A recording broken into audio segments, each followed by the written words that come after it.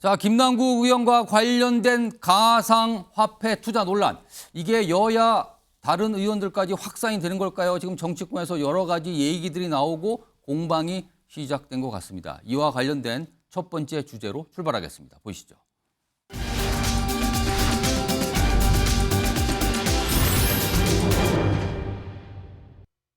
제명 안 할 핑계인가 이렇게 첫 번째 키워드가 등장을 했는데요. 이게 지금 정치권에서 코인 투자 논란 이게 조금씩 규모가 커지는 듯도 합니다. 자, 그럼요. 이와 관련돼서요. 며칠 지났는데 발표 내용 그리고 이에 대한 반응도 있습니다. 들어보시죠. 299명이 다 신고를 했는데 가상자산 보유 여부를 그래서 11분이 보유했었다. 그렇게 신고하셨습니다. 그런 분들도 좀 있는 것 같아서 가지고 별도로 그거는 의장님이나 소속 정당에 통보를 할 겁니다. 우리 당에서는 조사단을 구성해서 우리 당 의원들을 대상으로 진상 조사를 할 예정입니다. 그리고 권영세 의원에 대해서는 윤리위 제소를 국민의힘에 요청을 합니다. 진상 조사 같이 할 겁니다. 결과에 따라서 조치할 것이 있다면 하겠습니다. 자, 지금 정치권에서 주말 동안도 그렇고요. 계속 코인 관련 얘기 계속 많이 나오고 있는 상황인데요. 11명의 의원이 과거에 내가 코인 투자한 경험이 있다. 이렇게 신고를 한 겁니다. 그리고요. 이거를 국회 자문위에서 발표를 했죠. 자, 그런데요. 이 11명의 명단에 포함된 전용기 의원이 마침 오늘 나와 계십니다. 전용기 의원이 아까 방송 준비할 동안 보니까 이거 내가 좀 설명 좀 해야겠다 이런 표정 지으셨는데 일단 명단에 올랐어요. 전용기 의원은 왜 코인 투자를 하셨고 어느 정도 규모로 하신 건지 좀 설명을 좀 아니면 해명을 좀 해주시죠. 그러니까 국회 윤리자문위원회에 제가 가상자산을 보유했었다라고 신고를 했기 때문에 그 11명에 들어가 있는 것입니다. 저는 약 100만 원 가량을 투자를 했었고요. 100만 원? 네, 작년 22년 1월 달에 했었습니다. 이게 뭐였냐면 그때 당시에 청년들이 굉장히 좀 사회적으로 문제가 됐던 부분들이 이 코인 논란들이었습니다. 상당히 문제가 됐었던 거고 사실 가상자산과 관련돼서는 이 문제에 비해서 법적 제도적 체계가 전혀 없는 그런 상황이었습니다. 그래서 이제 국회에서나 이 정부에서 가상자산과 관련된 이 제도나 체계를 정비해야 된다는 목소리가 굉장히 높았는데 사실 저 역시도 가상자산을 제대로 거래해 본 적이 없기 때문에 도대체 이게 뭐냐. 뭐 때문에 이렇게 청년들이 이렇게 심각한 문제에 휩싸이게 된 것이고 많은 사람들이 이렇게 투자를 하면서 이렇게 문제를 야기하느냐에 대한 궁금증이 있었던 것이었습니다. 사실 그래서 국회에서도 많은 의원님들이 가상자산에 관련된 정책도 발표했었고 법안도 발의했었거든요. 사실 제 입장에서도 뭘 알아야 이에 대한 같은 목소리도 내주고 해결책도 찾아보는데 저 역시 모르니까 무엇이 문제인지 찾기 위해서 이렇게 의정활동의 일환으로서 투자를 하게 된 것이었습니다. 사실 저는 실용 정치를 좀 모방하는 편입니다. 그래서 탁상행정을 굉장히 좀 싫어하는 법인데 탁상행정 하는 사람들한테 항상 했던 얘기가 뭐였냐면 당신이 해보고 얘기해라. 아는 것이었습니다. 해봤어. 그러니까 해봤냐. 근데 왜 이런 얘기를 하느냐에 대한 것이 사실 저도 좀 문제의식이 있었거든요. 그래서 나도 한번 경험을 해보고 이에 대한 내용을 이야기하겠다라는 측면에서 실제로 투자를 한번 해본 것이었었죠. 그러면 공부를 하는 차원, 그게 도대체 무엇인가? 거래를 과연 어떻게 이루어지고 어떤 일이 벌어진가? 이게 궁금해서 하셨다는 건데 실제 그러면 100만 원 정도 투자하셨다고요? 저는 100만 원 정도 투자를 작년 1월에 했었고요. 올해 5월에 보니까 이게 85% 정도 마이너스가 돼 있더라고요. 그러면은 100만 원에서 85% 15만 원 남았나요? 그러니까 제가 마지막에 신고한 것이 14만 원 정도 신고를 했던 겁니다. 그러니까 모든 내역들을 국회 21대 국회에 들어오고 나서 모든 내역들을 국회 윤리자문위에다가 신고를 했습니다. 실제로 제가 직접 투자를 해보니까요. 그 24시간 동안 계속적으로 거래가 이루어지더라고요.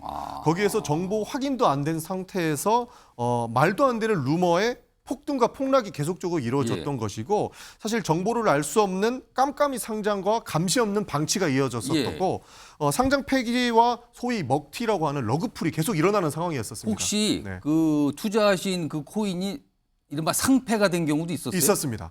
제가 100만 원을 투자했고 약 20만 원어치를 5개를 말이 많거나 거래량이 많은 잡코인에다가 정확히 나눠서 투자를 했었거든요. 이것들 중에 2가지가 상장 폐지였었습니다. 그러면 그냥 다 그 투자금이 날아간 건가요? 그러니까 투자금이 날아갔다고 보는데 이게 또 좀 굉장히 복잡하더라고요. 어느 거래소에서는 이것이 거래가 되고 어느 거래소는 안 되는 이런 상황이라서 어쨌든 되게 좀 전문적인 지식으로 넘어가던데 상장 폐지가 되는 부분도 있었습니다. 그래서 이런 부분들이 법적 체계가 전혀 잡혀 있지 않은 상태에서 이 문제를 직접 경험해보고 해결해야겠다라는 측면에서 의정활동 일환으로 투자를 했었습니다. 그러니까 듣고 보니까 전용기 의원에게는 이번 기회가 오히려 잘 됐다. 약간 이렇게 생각하시는 것 같아요. 뭔가 설명할 수 있는 기회가 됐고 경험을 좀 얘기하고 싶다. 이런 것 같으네요. 그렇습니다. 사실 여기에서 이해충돌 문제가 없었느냐라는 질문도 해주시거든요. 저도 그 공동 발의를 이 가상자산과 관련된 법안들을 몇 가지 발의를 했었는데 해당 내용들을 다시 한번 검토해봤습니다만 확실하게 거래소 규제나 이용자 보호 관점에서 공동 발의한 것들이 몇 가지 있더라고요. 아마 그런 부분들 제가 SNS나 이제 공식적으로 아마 발표를 좀 할 것으로 보고 있는데요.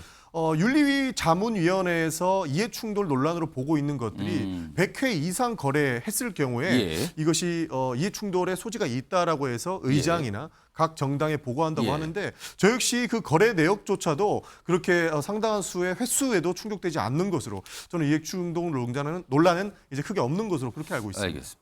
그러니까 11명의 명단이 공개가 됐는데 그중에서 한 서너 분 정도는 아까 전용기 의원처럼 뭔가 좀 궁금해서 투자했다. 그리고 액수도 뭐 수백만 원 정도 그 밑으로만 내려가거든요. 그래서 비슷한 해명을 해주시면 많은데 그런데요. 이 11명 가운데 지금 김남국 의원을 제외한 다른 2명의 현역 의원이 조금 논란의 대상이 되고 있는데 지금 화면 좀 보겠습니다. 여기 보시면요. 김홍걸 민주당 의원과 권영세 국민의힘 의원인데 일단 거래 횟수가 100회 이상이에요. 좀 많아요. 특히 김홍걸 의원은 액수가 좀 많습니다. 액수가. 뭐 지금 투자한 액수가 보통 원금이 한 2억이 넘었다. 그리고 거래된 금액이 뭐 10억 원 이상이다. 이렇게 나오고요. 그리고 권영세 의원의 경우는 일단 거래 횟수가 조금 많아요. 400회. 그래서 지금 논란이 되고 있는데 각각의 해명은 김홍걸 의원의 경우는 상속세가 뭐 10억 넘게 나왔는데 이걸 좀 충당해 보려고 그러니까 코인 투자를 통해서 상속세를 좀 마련해 보려고 했다라는 설명이 있었고요. 권영세 의원의 경우는 금액으로 치면 뭐 누적해서 10억이지만 실제 4천만 원 정도가 최대 금액이고 이미 매각한 상태다. 그리고 뭐 장관직했을 때는 뭐 주말 이런 때만 뭐 했다. 뭐 이런 해명도 좀 나오고 있는 상황입니다. 자, 이걸 좀 어떻게 봐야 되는지 이거는 정혁진 변호사하고 김주수 전 총장님 두 분 좀 의견 주시면 좋겠는데 우선 정혁진 변호사, 이 두 분의 이 코인 투자는 어떻게 좀 보실까요? 일단은 뭐 생각보다는 조금 많아 보이기는 하는데 예를 들어서 이제 권영세 의원 같은 경우에는 최대 보유 금액이 4천만 원이다 이렇게 이야기가 되는 것 같아요. 그러니까 이제 누적해서 쭉 해보면은 이게 10억이 돼도 최대 보유 금액이 4천만 원이라고 하는 거는 한때 가장 많이 있었을 때 그거 한 4천만 원 정도다. 그다음에 이제 거래 횟수가 좀 많아 보이는데 400회 정도로 나와요. 400회인데 그런데 뭐 그렇게 이거를 국회의원 의정 활동하는 동안에 특히 상임위 이런 회의 중에 거래한 적은 없다. 그다음에 이제 그 권영세 의원이 기재위원, 기획재정위원을 할 때에는 코인이 없었다. 뭐 그런 식으로 말씀을 하시고 그다음에 이제 통일부 장관이지 않았습니까? 통일부 장관하고 코인하고는 뭐 특별하게 관련이 있는 것 같지는 않고 그다음에 이제 김홍걸 의원 같은 경우에도 저는 비슷하다라는 생각이 드는데 사실 중요한 거는 김남국 의원이 지금 이렇게까지 문제가 되는 거는요. 제가 봤을 때 크게 4가지입니다. 뭐냐면은 첫 번째는 미공개 정보를 이용하는 것과 같은 그런 혹시 비리가 있었던 것이 아니냐. 그러니까 국회의원으로서의 권한을 남용한 것이 아니냐. 여기에 대해서는 수사가 이루어지고 있고 앞으로 이제 결과가 나오겠지만 만약에 그랬다라고 하면 더 큰 문제가 되는 거고 그런데 뭐 어느 정도는 해명이 된 것도 같은 그런 생각이 들긴 들고요.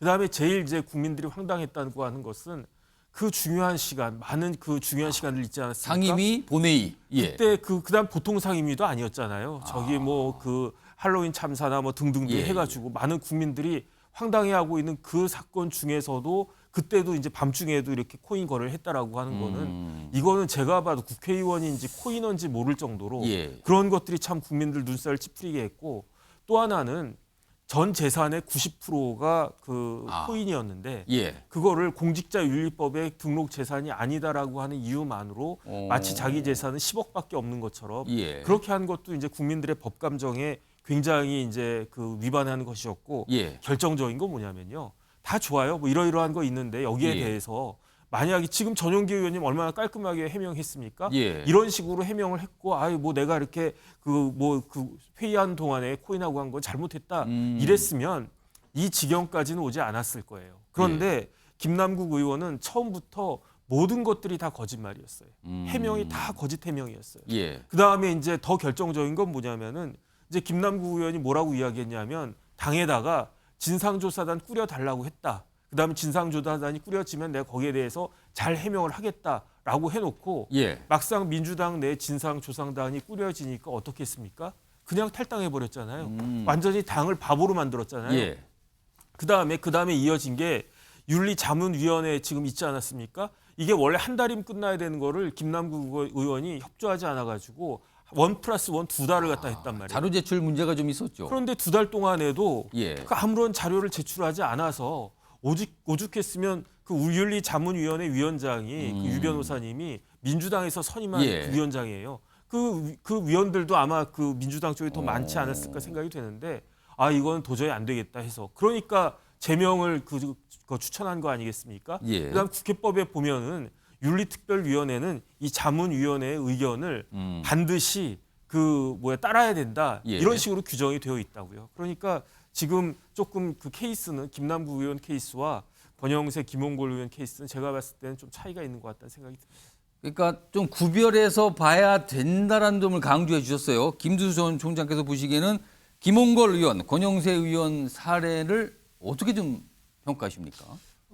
일단 가상자산에 대해서 예. 지금 이제 국회가 제도 정비를 했는데 제도 정비하기 전에는 좀 이중성이 있었다고 봅니다. 예. 전용기 의원도 마찬가지로 그 문제에 대해서 많은 문제점을 가지고 또 직접 해보기도 하고 제도 정비를 하려고 법안을 제안하기도 하듯이 이거는 애초에 처음에 제4차 산업혁명의 한 영역이라고 생각했었거든요. 예. 그런 측면이 분명히 있습니다. 그래서 부르기도 가상자산이라고 부르기도 하고 암호화폐라고 부르기도 예. 하고 이렇게 했는데 그거는 뭐냐면 새로운 산업의 가능성. 그래서 이제 특히 블록체인이라고 해서 좀 더 우리 사회가 좀 더 나아갈 수 있는 어떤 기술적 영역이 있다 이렇게 생각했기 때문이고요.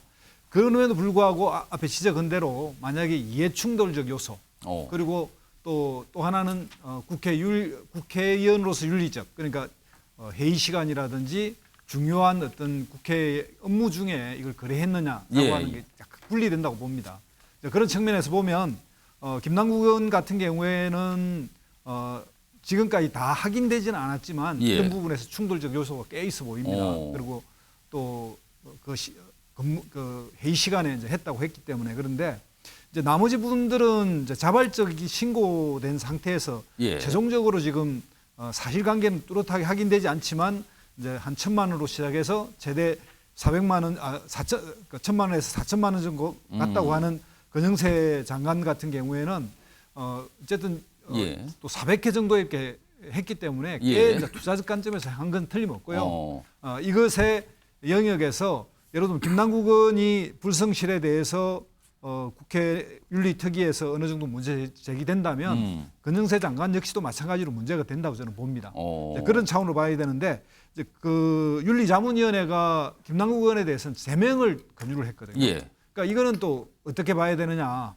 사실상 국회의원은 3개월, 그러니까 1개월 출석 정지 다음은 제명 이렇게 예, 돼 있거든요. 그러니까 그 간격이 너무 넓어요. 그 중간에 어떤 예, 뭐 예. 이렇게 더 처벌할 수 있는 그건 뭐 이런 게 알겠습니다. 없어서 예, 예. 그런데 이게 김남국 의원 경우에 이게 제명까지 할 수 있는 사안인가? 이게 굉장히 좀 복잡한 문제라는 거죠. 또한 지금 현재 국회 윤리특위에 47명이 제소되어 있습니다. 그런데 지금까지 제명, 징계를 한 건이 딱 한 건 있고요. 예. 이 한 건도 김기현 지금 이제 대표죠. 그런데 그것도 뭐냐면 본회의 그 의장석을 증거했다는 이유로 윤리특위에서 징계한 게 아니라 본회의에서 의결한 예, 거예요. 예. 그러니까 지금 47건이 그대로 징계가 일체 이루어지고 있지 않은 상황. 이런 것처럼 윤리특위를 이용해서 서로의 이게 제소하고 이런 것이 정쟁화되어 있다는 겁니다. 그래서 정쟁적 요소가 상당히 다분하다. 예. 그런 걸 다 복합적으로 고려해서 봐야 된다 이런 생각이 듭니다. 일단 김남국 의원과 관련해서 한바탕 사실은 이 논란이 몰아쳤죠. 그리고 지금 약간 뭐가 정리되는 단계에 있는데 또 다른 의원들의 코인 투자 관련된 경험, 이게 이제 신고를 받고 공개가 된 상황. 여야들이 여러 가지 얘기를 좀 하고 있는 상황인데 그걸 잠깐 짚어봤고요. 그런데요. 지금 이 11명, 여기에는 분명히 김남국 의원이 포함되어 있어요. 근데 이 11명 의원의 코인 투자 이 사실이 공개가 되면서 약간 미묘하고 묘한 분위기가 좀 있어요. 김남국 의원과 관련돼 있습니다. 그 내용은요. 영상으로 확인해 보겠습니다. 가상자산을 보유하고 있다고 자진신고한 다른 의원들도 같이 있지 않습니까? 그 의원들과의 형평성 문제도 같이 좀 고려해봐야 되지 않을까 이렇게 생각이 되고요. 선을 긋고 피해가야 할 텐데 그래야 총선을 칠 텐데 이번에 또 김남국 사건을 옹호하는 듯한 모습을 보인다라고 한다면 아마도 민주당이 또 한 번의 수렁으로 빠지는 듯한 그 모습을 보일 수 있지 않을까 싶고요.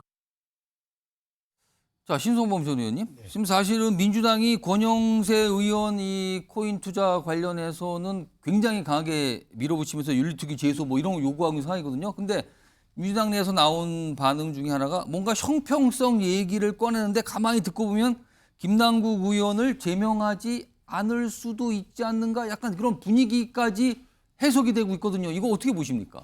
민주당이 김남국 의원을 지켜주고 있는 거죠. 왜 그러냐면 첫째는 뭐 친명의 핵심이라는 건 부인할 수 없는 사실이고 이런 여러 가지 때문에 자문위에서 아무리 제명을 요청해도 지금 돌아가는 형국을 보면 민주당 내에서 굉장히 방어 논리를 펴고 본인이 쫓아내면서 설명을 하게 되면 실제적으로 81명 정도가 민주당 안에서 제명에 찬성해 줘야 200명이 되는 판에 현실 어렵다는 걸로 저는 느껴지고 있는 거고 또 하나는 국민의힘의 권영세 의원을 어떻게 보면은 민주당이 김남국 의원을 제명하지 않을 이유 내지는 근거, 핑계를 찾는데 활용하고 있는 거죠. 지금 이제 당내에서도 우리 국민의힘에서도 좀 미묘해질 수밖에 없는 게 권영세 의원의 입지 때문이에요. 권영세라는 의원은 서울 수도권에서 특히 서울에서 강북에서 서울 종로 보선전에 유일한 생환자였어요. 또한 의원들 사이의 평가, 전원직 의원 사이의 평가가 합리성과 어떻게 보면 유연함의 상징처럼 돼 있는 분이에요. 권영세 의원 자체가 그런 길 자체가. 그래 놓으니까 이번에도 사실은 통일부 장관을 내려놓고 당에 돌아오는 이 그 자체가 총선 때 뭔가 역할을 할 것이라는 게 지배적 시각이 있었던데 이게 덜컥 터진 거예요. 그렇습니다. 그래서 앞으로 어떻게 될지는 모르겠으나 지금 민주당이 권영세 의원을 걸고 넘어진다. 그것은 결국 김남국 의원을 살리기 위한 방편의 하나로 걸고 들어가고 있다는 분명한 거죠. 전용기 의원님. 네.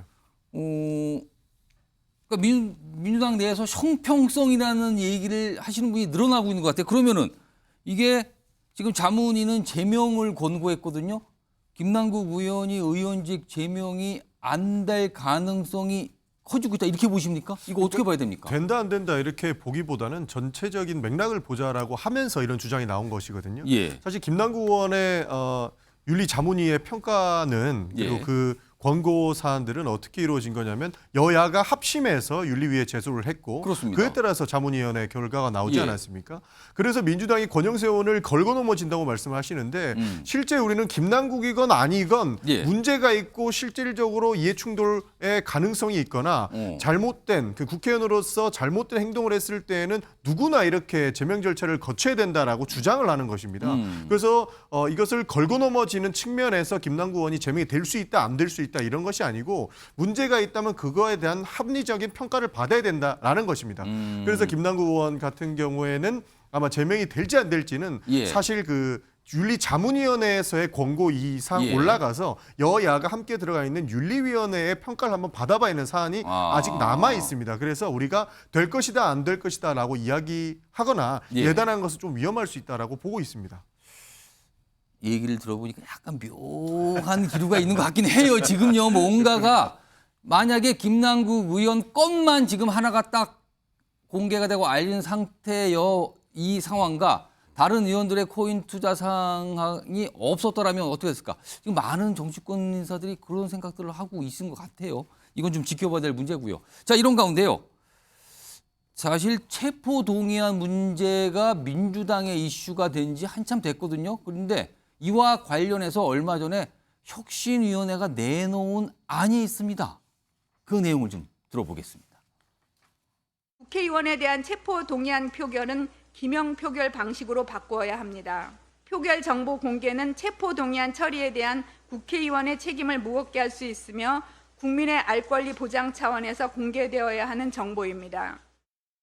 그건 입법사안인데 저는 조기에 기명투표로 전환하는 게 필요하다고 생각합니다. 책임 정치라는 측면에서 투표 결과에 대해서 책임지는 게 필요하지요. 정옥신 변호사, 그러면은 체포동의안 지금은 이름을 알리지 않고 투표하는 거잖아요. 네네. 이걸 이름을 알리고 누가 찬반했는지를 공개하는 선생님이 되는데 이게 책임 정치냐 아니면 이탈표 단속이냐 벌써 단박에 이런 얘기가 나옵니다. 이거 어떻게 보십니까? 일단 제가 봤을 때는 체포 동의안이요. 예. 페이지에 명분이 있어요.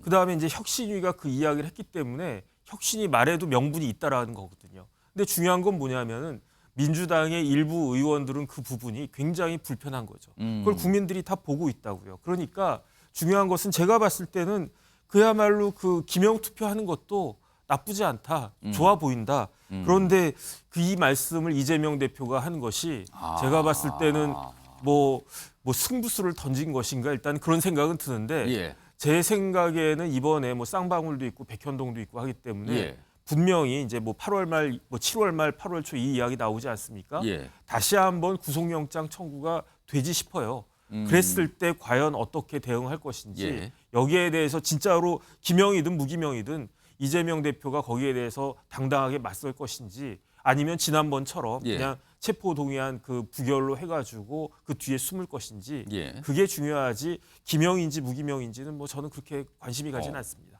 김두수 전 총장님, 이게 기명투표, 그러니까 이탈표, 누가 찬성했는지 이거 단속하라는 거 아니냐. 벌써 이런 지적 나오거든요. 예, 국회의원의 투표는 반드시 기명이어야 합니다. 그리고 그렇게 기록돼야 하는데 과거에도 보면 국회 정광판이 예. 있기 전에는 기명인지 누가 찬성 반대를 했는지 잘 확인이 안 됐어요. 예. 시민단체에서도 뭐 사진을 찍어서 하려고 해도 그게 잘 확인이 안 되고 그래서 그게 통계적으로도 연구에도 어려웠는데 정광판이 등장하고 나서는 이제 정확하게 그렇죠. 찬성 반대가 나오지 법안 않습니까? 표결에 찬성 반대가 누가 했는지 나옵니다. 그렇습니다. 그런 것처럼 지금 이제 아마 우리나라와 동양권, 일본은 제가 확인 못했습니다만 예. 다른 서구의 대부분의 나라는 모든 이런 것을 다 기명으로 합니다. 예. 그래서 이런 징계 문제에서도 다 하는데 우리나라도 이제는 그렇게 해야 한다는 원칙을 좀 확인해야 될 것 같고요. 이걸 뭐 지금 이제 당장 체포 동의안의 유불리에 따라서 이게 공개된다 안 예. 된다에 이런 시비를 할 이유는 없다. 원칙을 확인하고 기명을 하자고 하더라도 여당에서도 또 오케이를 해줘야 가능하니까 좀 두고 봐야 되지만 그러나 앞으로 국회 포결은 예. 기명으로 하는 걸 원칙으로 하는 것이 이번 기회에 그런 걸 예. 제안하는 건 옳다 이렇게 생각합니다. 전용기 의원님, 사실 사람과 관련된 안건에 대해서 이름을 가려주는 거잖아요. 그거는 어떤 주저함이나 망설임을 없게 해주겠다 이런 취지도 있는 거 아닙니까? 그런 거죠. 주저함이나 망설임 없게끔 하기 위해서 인사 안건에 대해서는 무기명으로 해왔던 것이죠. 그렇죠. 지금까지 그렇게 했어요. 예, 그러나 뭐 김두수 총장님 말씀해 주실 것처럼 국회에서 일어나는 일들은 어차피 국회의원들이 모두 자기 이름 걸고 하는 거기 때문에 기명으로 하는 것이 원칙이 돼야 맞다라고 보고 있습니다. 예. 사실 저는 한마디만 더 드리면 지금 김은경 위원장이 민주당 혁신을 명분으로 예. 사실 자기 정치를 하고 있다 이렇게 보고 있거든요. 좀 전에 정혁재 변호사님께서 민주당 의원들이 불편해한다라고 말씀해 주시는데 이렇게 저렇다 여러 가지 명분으로 불편한 사람이 있을 수 있겠습니다만 예. 사실 민주당을 자중질환에 빠뜨리려고 하는 모습들이 보이는 것 같아요. 사실 이 안건을 단박에 민주당 내부에서 벌써 약간 갈등 전선이 싹 생겨버렸거든요. 그렇죠. 이게 사실 민주당 혁신안이 아니거든요. 민주당을 혁신시키기 위해서 분명하게 혁신위원장으로서 김은경 위원장을 데리고 왔는데 예. 지금 정치 전반에 대한 혁신에 대한 이야기를 하고 있어요. 이게 근데 민주당 혁신을 명분으로 하고 있다 보니 민주당 의원들이 왈가왈부하는 것들이 언론을 타게 되는 것이고 예. 이게 내부 분란으로 보여지는 부분들이 있기 때문에 이것을 민주당을 볼모로 삼은 자기 정치가 아닌가 하는 비판을 저는 안 할 수가 없다고 봅니다. 사실은 이거는요 법안 상황이라서 여야가 뭐가 합의가 되는데 이걸 지금 툭 던져놨거든요. 근데 이재명 대표가 단번에 체포동의안 이슈가 있단 말이에요. 그러면은 이거 누가 반대했는지 누가 찬성한지 알려는 거 아니야. 이런 얘기가 바로 나왔습니다. 그래서 약간 갈등 논란처럼 비춰지는 상황이 됐는데요. 그래서 한번 짧게 좀 다뤄봤고요.